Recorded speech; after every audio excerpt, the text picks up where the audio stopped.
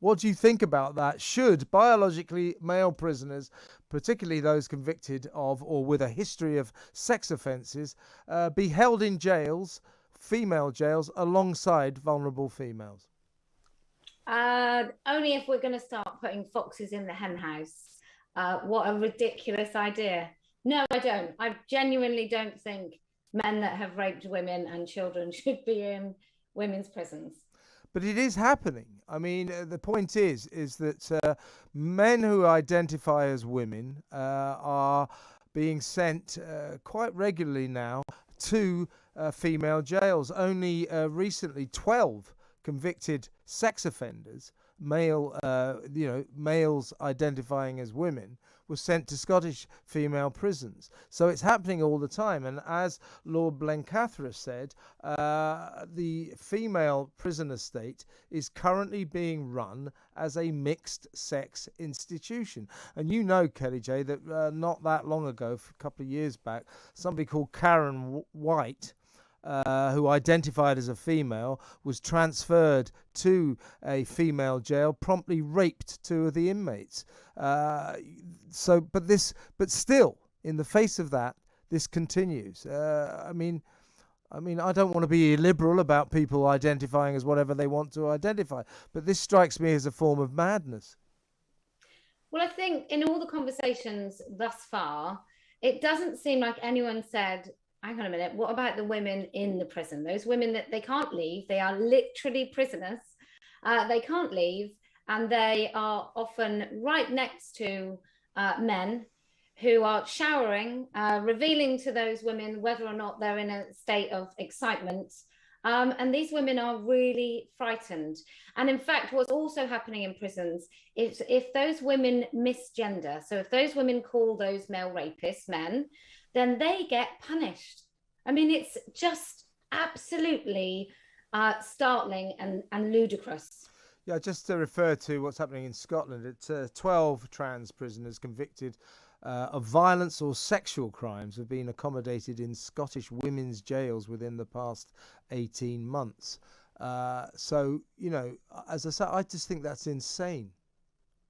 I think what happens with this sort of ideology and it being dogmatic and having no nuance, because if you question any part of the ideology that a man can be a woman, if we admit that those men that are going into women's prisons that have raped women, if we admit that they are men and they're not the same as other women, no matter what they call themselves or whether or not they've got a GRC, if we admit that, we have to admit that other men might not also be women. And so I think that's how we've got down this cul-de-sac. But the question, two questions have been raised for me. One of them is, what is the point of the single sex exemptions in the 2010 Equality Act if it doesn't mean that we can keep all men out of women's prisons? You know, what on earth is the point of the 2010 Equality Act? And also, we now know that a GRC, so a gender recognition certificate, doesn't actually mean that a man is any less likely to commit the most horrendous violent crimes. And therefore, I don't believe a gender recognition certificate should ever buy a man any access to women's spaces. And I certainly don't agree, as you well know, with self-ID. You know, I'm not quite on the same page as you about that. If people want to identify as whatever they want to, it's fine by me, and I'll go along with it. If anything to keep people happy, you know, that's fine. I'm cool with that. But what I do feel about this, and again, I don't want to be illiberal about this, but these people in male jails who suddenly announce, you know, I am identifying as a woman, and the authorities go, oh, well, we'll have to get you into a women's jail. Why don't the authorities turn around and say, look, I'll tell you what, mate, you've been convicted of rape. You're in prison. You don't have any rights. Stay where you are. I mean, why don't we just tell them that? Why are we bending over backwards to accommodate people who have broke heinous laws? These are rapists, sex offenders. You know, why are we going, oh, they've got their human rights? Well, you know, damn their human rights. Stay where you are. Stay in a male jail. Why do we do this, Kellie-Jay? Well, I really do think it goes back to the ideology. And let me be clear. I'm very much on the same page as you, Kevin, with somebody choosing to identify however they want.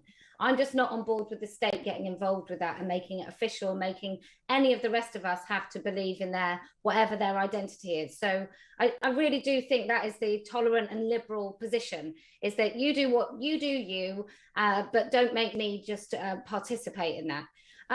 But as it comes to the human rights of prisoners, we signed up to this a long time ago, didn't we?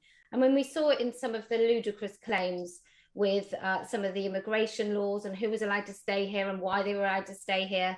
And so we really have dropped the ball with that. But when it comes to, there are mechanisms in law to keep rapists out of women's prisons. There are mechanisms in law to keep all men out of women's prisons.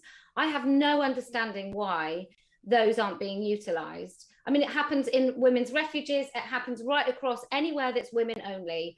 We have mechanisms in law to keep these men out, and we keep allowing them in. I mean, it's just wokery gone mad, isn't it? Well, yeah. It's look, you can't, when something's as fragile, this particular ideology is really fragile. You can't question it. You can't talk about it. They famously sort of say no debate. And so if you allow any room for questioning, the whole thing just falls apart. I mean, that's my view, that if we do allow rapists, if we do say to male rapists, actually, you can stay in the men's prison estate, we admit that they aren't women. And then I think we have to really examine who actually is a woman. And as far as I'm concerned, you can only be a woman if you're born a girl. I know you think that. Kellie-Jay, it's always a pleasure to talk to you. Thank you so much.